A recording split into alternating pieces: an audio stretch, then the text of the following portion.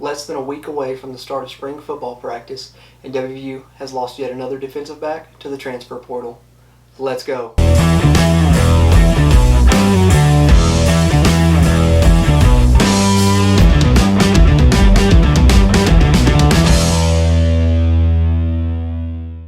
What's going on, Mountaineer Nation? Jordan Cruz back here with the Country Roads Webcast.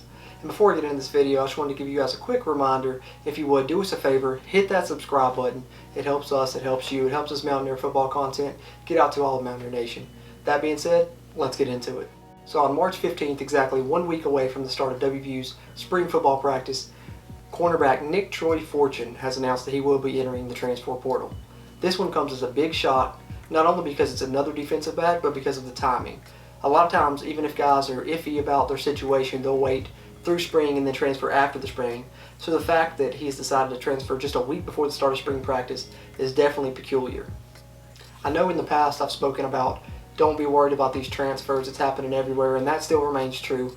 West Virginia is not the only team that's having a lot of players transfer out. It's just the name of the game right now in college football. However, the fact that this is another defensive back that's left West Virginia's program does raise your eyebrows a little bit.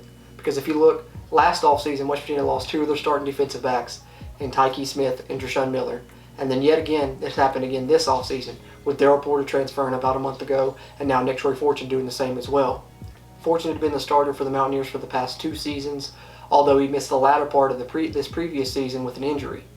In his absence, Charles Woods took over and was actually one of the highest graded corners in the Big 12 coverage-wise by PFF. However, following Porter's departure, it seemed that Nicktroy Fortune and Charles Woods were kind of solidified as the team's starting corners, when you consider the fact that Nicktroy Fortune had already started the previous 2 seasons for the Mountaineers and was returning from injury. You thought that he would step right into that role. Now it appears that West Virginia will rely on Charles Woods and most likely the other FCS transfer they landed earlier in the year in Marcus Floyd. Other players that will compete at the position include Mumu Ben Wahad, who's here on campus for the spring, Andrew Wilson Lamp, another young player that the coaches believe have a lot of potential and is one of the faster players on the team. And then, of course, coming in the summer, you'll have Jacoby Spells, the highest rated recruit in West Virginia's recruiting class this season.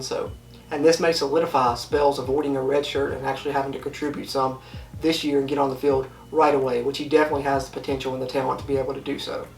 I don't want to necessarily speculate on what's going on inside the defensive back room at West Virginia, but there's definitely got to be something to the fact of defensive backs continuing to leave the program. I don't know what that is, but you can't look at this and not raise your eyebrows. As I said, transfers are happening everywhere, but it's a little peculiar that West Virginia continues to lose defensive backs in the way that they have. Having said that, I try and look at this on a case-by-case basis, and looking at it in Nicktroy Fortune's, in his perspective, kind of putting myself in his shoes, what could possibly have led to this decision. The only thing that I can gather and speculate is that perhaps, following his injury, he's trying to come back this year. He sees Charles Woods step up and perform well. He sees the Mountaineers bring in Marcus Floyd. He sees Jacoby Spells coming in.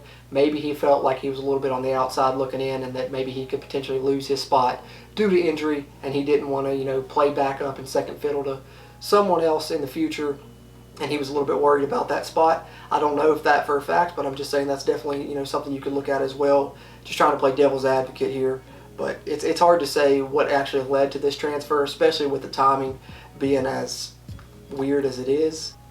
You're going to be a little shorthanded for the spring, but you're looking at the aforementioned Charles Woods and Marcus Floyd, as well as Mumu Ben Wahad, who enrolled early as a true freshman, and Andrew Wilson Lamp holding down that position for the spring, with Jacoby Spells to be added later in the summer and on campus for the fall and, for the upcoming season. Does this loss hurt West Virginia? Depth-wise, yes. West Virginia does have a lot of talented players, though, at the corner position, and a lot of guys with potential who just may have to get on the field earlier than expected now. But, either way you want to spin it, this is an unexpected loss with peculiar timing that definitely hurts West Virginia's depth and makes you wonder what's going on in the defensive back room at West Virginia. But what are your all's thoughts? Do you think there's a problem in the defensive back room at West Virginia, or is this purely a coincidence that West Virginia continues to lose defensive backs? And also, what are your thoughts on the incoming players and how West Virginia replaces Nicktroy Fortune? Any way you're feeling, let us know in the comments. And one more time, if you would, do us a favor, hit that subscribe button. Like I said, it helps us and it helps you, helps us Mountaineer football content spread throughout Mountaineer Nation.